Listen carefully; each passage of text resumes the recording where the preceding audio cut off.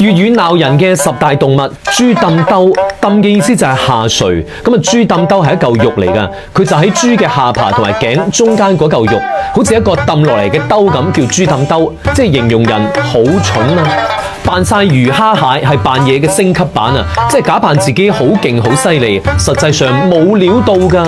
鹹豬手，平時搭地鐵搭巴士人多擁擠，如果有人嗨你囉柚呢，你記得大嗌鹹豬手啊，非禮啊！鵪鶉，遇到風吹草動啊，鵪鶉就會縮埋一嚿，形容人膽小怕事怕醜，好容易怯場啊！死蛇爛鱔，一攤嘢咁攤喺地下，即係形容人好懶，做事拖拖拉拉啊！白鴿眼，嗱啲白鴿咧係咁樣睇人噶嘛，即係話咧又叫勢利眼啊，淨係睇得起有錢有勢嘅人，一般人咧佢睇唔上噶。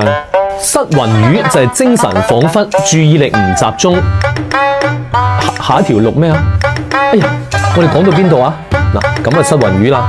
大頭蝦粗心大意啊！你嗌佢記得夠鐘煮飯，佢可以加晒啲米同埋水落去，但係唔記得插電。一身蟻即係形容周身都係麻煩是非，冇得清閒噶。水魚好容易俾人呃，成日俾人搵笨，唔好做水魚，要做叻叻豬啊！